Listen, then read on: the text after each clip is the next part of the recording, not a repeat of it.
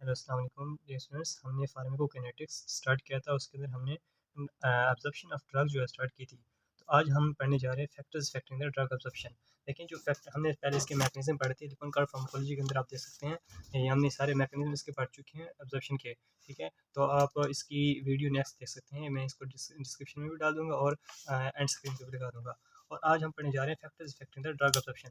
ये most important topic है drug absorption का। अब देखिए, वैसे तो एब्जॉर्प्शन के ऊपर बहुत सारे फैक्टर्स इफेक्ट करते हैं, लेकिन लिपन कार्ड फार्माकोलॉजी के अंदर कुछ 4-5 बेसिक्स दिए हुए हैं, तो हम इसको डिटेल से डिस्कस करेंगे नेक्स्ट वीडियो में। तो आज हम इनको ब्रीफली देख लेते हैं, आखिर कौन कौन से ऐसे फैक्टर्स हैं जो ड्रग एब्जॉर्प्शन पे इफेक्ट करते हैं।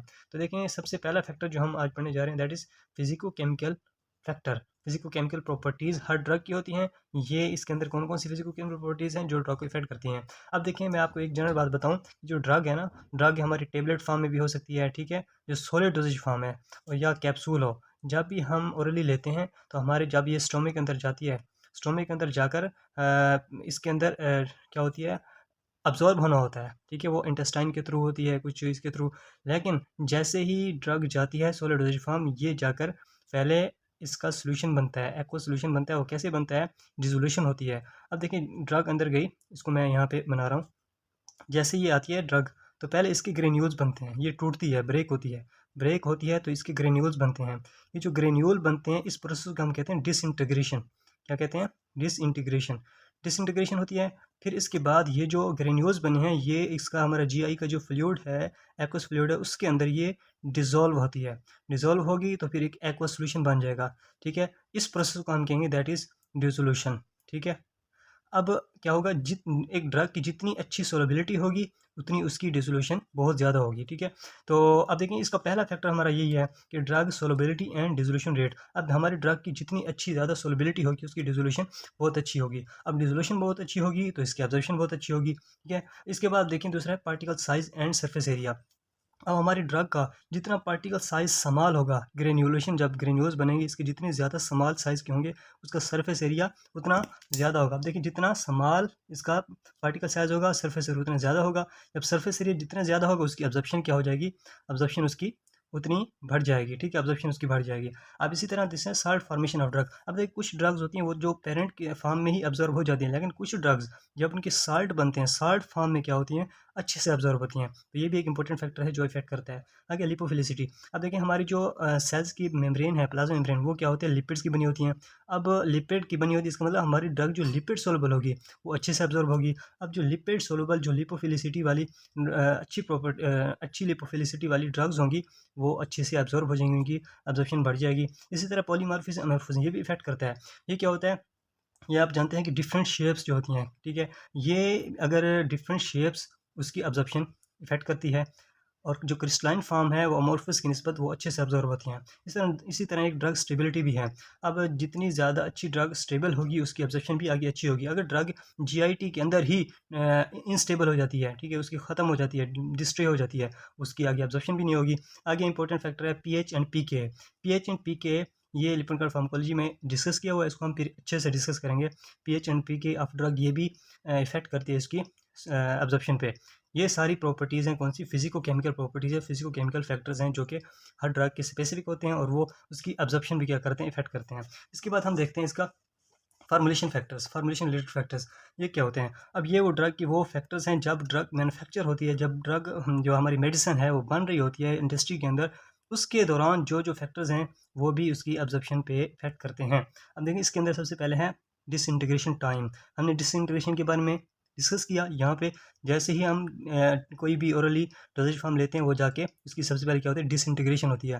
अब जब डिसइंटीग्रेशन, अगर उसका डिसइंटीग्रेशन बहुत ज़्यादा है, ठीक है, डिसइंटीग्रेशन बहुत ज़्यादा है, तो उसकी एब्जॉर्प्शन भी उतनी ज़्यादा कम होगी। मतलब इसकी एक स्टैंडर्ड होनी चाहिए, जो यूएसपी और बीपी के मुताबिक इसकी डिसइंटीग्रेशन टाइम होना चाहिए, नॉर्मल होना चाहिए। हर इनका स्टैंडर्ड दिया हुआ है, उसके मुताबिक होना चाहिए, तो उससे अच्छी इसकी एब्जॉर्प्शन होगी। इसके बाद मैन्युफैक्चरिंग मेथड। अब मेथड जो हैं वो भी इफ़ेक्ट करते हैं। अगर जब मैन्युफैक्चरिंग होती है टेबलेट्स की, डिफरेंट मेथड से होते हैं। ग्रेनुलेशन होती है, एक ड्राई ग्रेनुलेशन होती है, वेट ग्रेनुलेशन होती है, ठीक है, और इसके अलावा एक कंप्रेशन, डायरेक्ट कंप्रेशन से भी होती है। अब ये सारी चीज़ें डिपेंड करती हैं। अब देखें, अगर कंप्रेशन हाई रखा गया है, अगर ड्राई हाई कंप्रेशन है, तो टेबलेट बहुत ज़्यादा हार्ड होगी। जब हार्ड होगी तो फिर उसकी डिसेंट्रेशन क्या हो जाएगी, डिसेंट्रेशन बहुत मुश्किल से होगी, उसके आगे अब्जॉर्प्शन भी बहुत मुश्किल से होगी। ये इफेक्ट करती है मैन्युफैक्चरिंग मेथड भी, कि आपने कौन सा मेथड यूज़ करते हुए अपनी जो डोजेज फॉर्म तैयार किया है। इसके बाद फार्मास्यूटिकल एक्सिपिएंट्स, एक्सेप्टेंट्स क्या होते हैं? अब देखें हमारी जो मेडिसिन होती है, तो उसके अंदर जो मेन हमारा एक्टिव इंग्रीडिएंट है, उसके अलावा कुछ और हम मटेरियल डालते हैं उसमें, टेबलेट का बल्क बढ़ाने के लिए और कुछ और फ्लो प्रॉपर्टी बढ़ाने के लिए, उसकी स्टेबिलिटी बढ़ाने के लिए उन जो मटेरियल अलग से डालते हैं उसको हम कहते हैं एक्सिपिएंट्स। फॉर एग्जांपल पैरासिटामोल है, पैरासिटामोल की हम 500 मिलीग्राम में लेते हैं। अब 500 मिलीग्राम तो उसके अंदर पैरासिटामोल है, लेकिन अगर आप उसका वेट करें टेबलेट का, वो आपको 650 के राउंड अबाउट मिलेगा, ठीक है। अब बाकी जो 150 है, ये सारे एक्सिपिएंट्स होते हैं। इसके अंदर हमारे पास ग्लाइडेंट आ जाते हैं, डिसइंटीग्रेटिंग एजेंट्स आ जाते हैं, स्टेबिलिटी एजेंट्स आ जाते हैं, फ्लेवरिंग एजेंट्स आ जाते हैं, कलरिंग एजेंट्स, ये सारे एक्सिपिएंट होते हैं। ये भी हमारी ड्रग की एब्जॉर्प्शन पे इफेक्ट करते हैं। जितने अच्छे एक्सिपिएंट्स डालेंगे उसकी ड्रग की एब्जॉर्प्शन उतनी अच्छी होगी। आगे हमारे पास ये होगी। आगे हमारे पास फैक्टर है oral doses form. Oral doses form भी बहुत इंपॉर्टेंट है ड्रग एब्जॉर्प्शन के, एक फैक्टर है, बहुत इंपॉर्टेंट फैक्टर है। देखिए मैंने यहाँ पे ऑब्जर्प्शन का ऑर्डर लिखा है। अब इस ऑर्डर्स के मुताबिक इसकी ऑब्जर्प्शन होती है। अगर आप सॉल्यूशन फॉर्म में, अब अगर ओरल डोजेज फॉर्म दे रहे हैं सॉल्यूशन फॉर्म में, उसकी ऑब्जर्प्शन बहुत ज़्यादा होगी, बहुत अच्छी होगी, अवेलेबिलिटी भी अच्छी होगी। इस तरह उसके बाद इमल्जन से कम होती है सस्पेंशन की, सस्पेंशन से कम कैप्सूल की, कैप्सूल से कम टेबलेट्स की। अब टेबलेट की हमने डिफरेंट किस्म एग्जाम्स पढ़ी थी कोटेड फॉर्म में। अगर हमारे पास कोटेड टेबलेट्स हैं, उसकी आम टेबलेट्स की, अनकोटेड टेबलेट्स की बजाय कम होगी। इस तरह अगर इंटेरिक कोटेड टेबलेट्स हैं, उनकी आम कोटेड टेबलेट से कम अब्जॉर्प्शन होगी। सस्टेंड रिलीज़ की उनसे भी कम होगी। सस्टेंड रिलीज़ बहुत ऐसे ऐसे से रिलीज़ होती रहेंगी और ऐसे ऐसे उसकी अब्जॉर्प्शन होती रहेगी। ये इंपॉर्टेंट ऑर्डर है, ये आप लिख सकते हैं कि इस ऑर्डर से इसकी हमारी ओरल डोजेज फॉर्म की अब्जॉर्प्शन होती है, ड्रग अब्जॉर्प्शन। इसके बाद हमारे पास फैक्टर्स हैं पेशेंट रिलेटेड। अब पेशेंट रिलेटेड हमारे पास दो तरह के हैं, एक है पेशेंट रिलेटेड फिजियोलॉजिकल फैक्टर्स हैं, और पेशेंट रिलेटेड हमारे पास क्लिनिकल फैक्टर्स हैं। हम फिजियोलॉजिकल फैक्टर्स देख लेते हैं। फिजियोलॉजिकल फैक्टर्स के अंदर एज आ जाती है। अब देखें एज भी इफेक्ट करती है ड्रग पे। फॉर एग्जांपल जो इन्फेंट्स हैं, इन्फेंट के अंदर जो एसिड सिक्रीशन ज़्यादा होती है, और लेकिन gastro GI motility, gastric time बहुत कम होता है, इस तरह उसकी जो ड्रग अब्जॉर्प्शन है वो भी स्लो हो जाती है। गैस्ट्रिक इम्पिटाइंग टाइम, ये भी इंपॉर्टेंट फैक्टर है। अगर गैस्ट्रिक इम्पिटाइंग टाइम बहुत कम है, ड्रग जल्दी से जो स्टोमक से रिलीज निकल कर, जीआईटी से निकल कर रिलीज हो जाती है, एक्सक्रीट हो जाती है, तो उसकी अब्जॉर्प्शन कम होगी। अब गैस्ट्रिक इम्पिटाइंग टाइम कम होगा तो ड्रग का contact time with the absorption surface वो कम होगा। जब वो कम होगा तो फिर इसकी अब्जॉर्प्शन कम होगी। ये इंपॉर्टेंट फैक्टर है इसकी अब्जॉर्प्शन में, गैस्ट्रिक इम्पिटाइंग टाइम, ठीक है। इसके बाद हमारे इंटेस्टाइनल मोटिलिटी, इंटेस्टाइनल मोटिलिटी भी इफेक्ट करती है। अगर हमारी इंटेस्टाइनल मोटिलिटी अगर ज़्यादा है, तो इसकी जो अब्जॉर्प्शन है वो ड्रग की कम हो जाएगी। क्यों? ड्रग जल्दी से निकल जाएगी। इस तरह अगर हमारी मोटिलिटी बहुत कम है, तो इसकी अब्जॉर्प्शन बहुत स्लो होगी, बहुत आहिस्ता से होगी, ठीक है।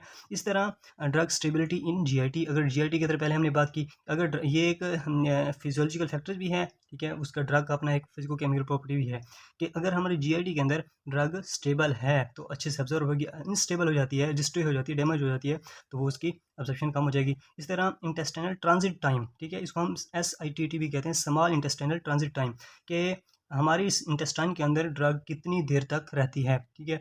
अगर ज़्यादा टाइम रहेगी तो अब्जॉर्प्शन होती रहेगी, जल्दी से एक्सक्रीट हो जाएगी। फॉर एग्जाम्पल डायरिया की सूरत में तो उसकी अब्जॉर्प्शन कम हो जाएगी, ठीक है। ये इंटेस्टाइनल मोटिलिटी और ट्रांजिट टाइम एक दूसरे से रिलेटेड है। और आगे है ब्लड फ्लो टू जीआईटी। अब ब्लड फ्लो टू जीआईटी, के जीआईटी के अंदर जितना ज़्यादा ब्लड फ्लो करेगा उसकी अब्जॉर्प्शन उतनी ज़्यादा होगी, क्योंकि अब्जॉर्प्शन ब्लड में ही होनी है ना। तो जीआईटी में जितना ज़्यादा ब्लड फ्लो ज़्यादा होगा उसकी अब्जॉर्प्शन भी उतनी ज़्यादा होगी। और इसी तरह अगर ब्लड फ्लो कम होगा तो अब्जॉर्प्शन कम हो जाएगी। और इसके बाद आगे है इफेक्ट ऑफ फूड भी इफेक्ट करती है। अगर आप एक ऐसी फूड देते हैं जो ज़्यादा देर हमारी जीआईटी के अंदर स्टे करती है, जैसे फाइबर्स वाली, ठीक है, तो उससे हमारी जो हमारी ड्रग है उसकी अब्जॉर्प्शन डिले हो जाएगी। इसी तरह कुछ ड्रग्स इसलिए जो कुछ ड्रग्स हैं वो खाली खाली पेट दिए जाते हैं, ताकि उसकी अब्जॉर्प्शन डिले ना हो, ठीक है, जल्दी हो जाए। और इसी तरह ये हमारे फैक्टर्स थे जो पेशेंट रिलेटेड फिजियोलॉजिकल फैक्टर्स हैं। आगे हमारे पास पेशेंट रिलेटेड क्लिनिकल फैक्टर्स हैं। क्लिनिकल फैक्टर्स हमारे पास क्या है? जीआई डिजीज़ आ जाती हैं। जीआई डिजीज़ फॉर एग्जांपल जैसे जीआई इन्फेक्शन है, इस तरह क्रोहन डिजीज़ है, जीआई सर्जरी, अगर को आपने जीआईटी की सर्जरी हुई है उसकी वजह से ड्रग अब्जॉर्प्शन इफेक्ट हो सकती है। आगे सीवीएस डिजीज़ है, कार्डियोवैस्कुलर डिजीज़। कार्डियोवैस्कुलर डिजीज़ से क्या होता है कि कार्डियोवैस्कुलर डिजीज़ के अंदर ब्लड फ्लो रिड्यूस हो जाता है, ठीक है, तो ब्लड फ्लो रिड्यूस होने की वजह से हमारी अब्जॉर्प्शन कम हो जाएगी। तो इसके अलावा हेपेटिक डिजीज़ है, अगर हमारे लीवर की कोई डिजीज़ है, एंजाइम्स इनएक्टिव हैं, एंजाइम्स काम नहीं कर रहे जिसकी वजह से एब्जॉर्प्शन मेटाबॉलिज्म नहीं होगी। इसके अलावा हेपेटिक डिजीज़ की वजह से बायोअवेलेबिलिटी भी कम हो जाती है।